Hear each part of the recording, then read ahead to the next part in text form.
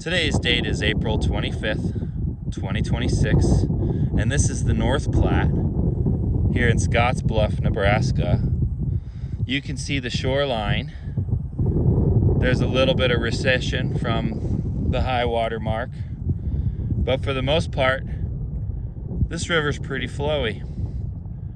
Now, I want to talk to you briefly about a little thing called diversion. Diversion and water are two things that you can use in combination to move an enormous amount of mass, okay? Over time, even a smallest little pipe, if it's running 24/7, will fill up an Olympic-sized swimming pool and beyond.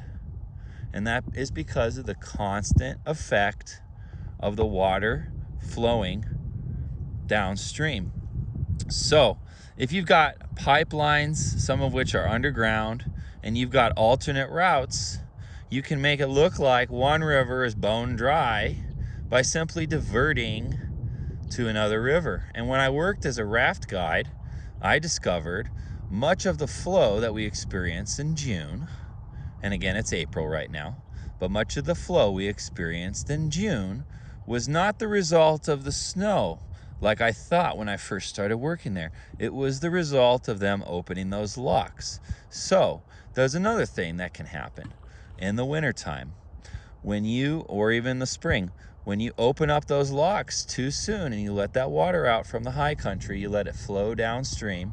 When you divert it and you hide it in the best way you can, for example, claiming that the Colorado, which I was a guide on, is bone dry right now, while the North Platte is flowy.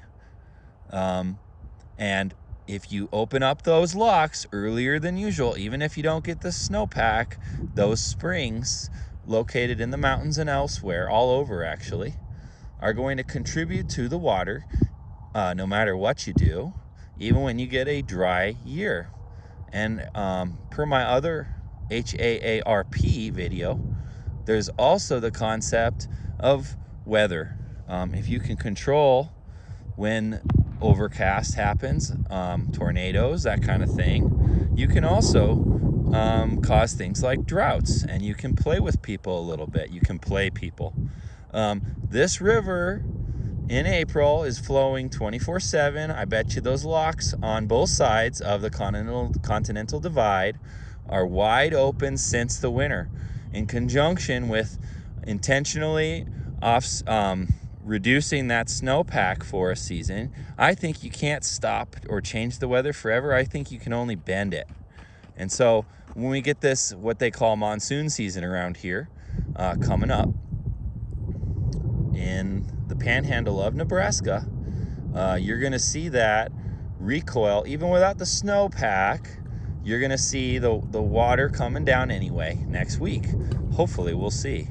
But regardless, you do see, as you can see, that the North Platte is currently flowy beside the Colorado. And if they're diverting that water from the west of the continental divide to the east, if they're diverting that water to the North Platte and keeping those locks open early enough in the winter, it can end up being that you have what you see here on one side of the continental divide and what they claim is happening on the other side in that Colorado at the same time.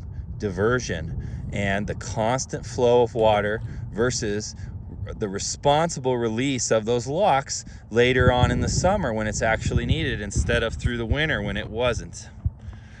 ZCHG.org has several articles where we talk about the cure for global warming. Check it out, ZCHG.org, and then in the search box, just type cure for global warming, any combination, and that'll take you where you want to be. And look up also the Colorado Canal. Can you hear that train coming by off in the distance?